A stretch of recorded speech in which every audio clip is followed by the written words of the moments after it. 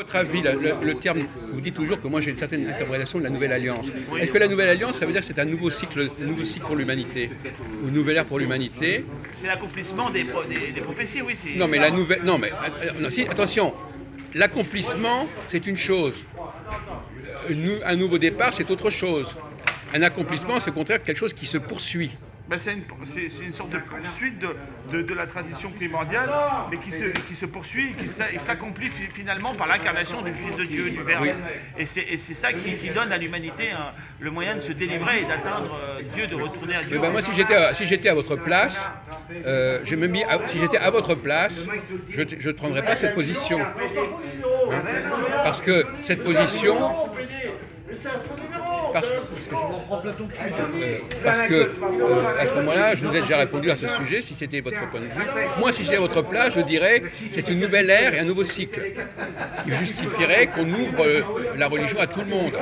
Parce que si vous employez... Non, mais attendez, il faut être cohérent. Si vous parlez d'accomplissement, vous êtes obligé de prendre en compte la totalité du processus. Vous pouvez le dire d'une autre manière que c'est une nouvelle ère, d'une certaine manière, c'est pas faux non plus.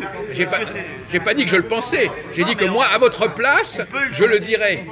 On peut le dire aussi, oui. Non, mais il faut que... on peut le dire. Non, c'est pas complètement... C'est pas faux de dire ça, que c'est une nouvelle ère, oui. D'une certaine manière, on arrive à une nouvelle ère. Non, mais à mon avis, tout se passe comme si on voulait nous faire croire que c'est une nouvelle ère. Alors, parce que vous pensez qu'on veut nous faire croire, donc c'est une fausse nouvelle ère. Oui.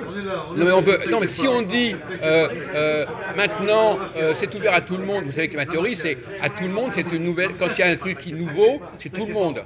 Et après ça se décante. Donc si on commence à dire, moi je vous avais dit l'objection l'autre jour, vous avez dit attention, si vous commencez à dire que c'est dans le prolongement, ben, le prolongement c'est la totalité, c'est au début et pas à la fin. Mais si vous voulez qu'il y a... Moi, je vous donne des conseils, des conseils théologiques. Si vous voulez justifier que, au contraire, on est dans un nouveau processus, vous n'avez pas intérêt à parler d'accomplissement. Vous avez intérêt à dire, ben maintenant, voilà, il y a un truc qui se termine. Par exemple... et par exemple, vous connaissez la prophétie de Saint Malachie? Ne profite jamais, c'est ça, non? Non, la prophétie des papes. Non, mais c'est une plaisanterie à la Jean-Paul. Prophétie des papes. La prophétie des papes, qu'est-ce qu'elle affirme, la prophétie des papes? À un moment, il y aura un dernier pape qui s'appellera Pierre. Donc il y a bien... Voilà, donc... Voilà, et après, c'est comme la théorie de l'ère du Verseau, enfin, donc toutes les théories des airs, Il est minuit et demi, là. Qu'est-ce qui se passe entre Max et vous, là?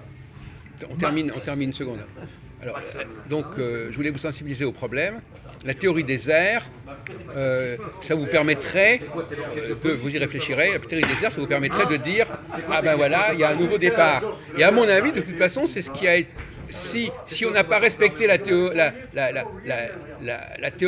la Nouvelle Alliance chez Jérémie, c'est parce qu'on a voulu y substituer une théorie un nouveau processus qui recommençait à zéro.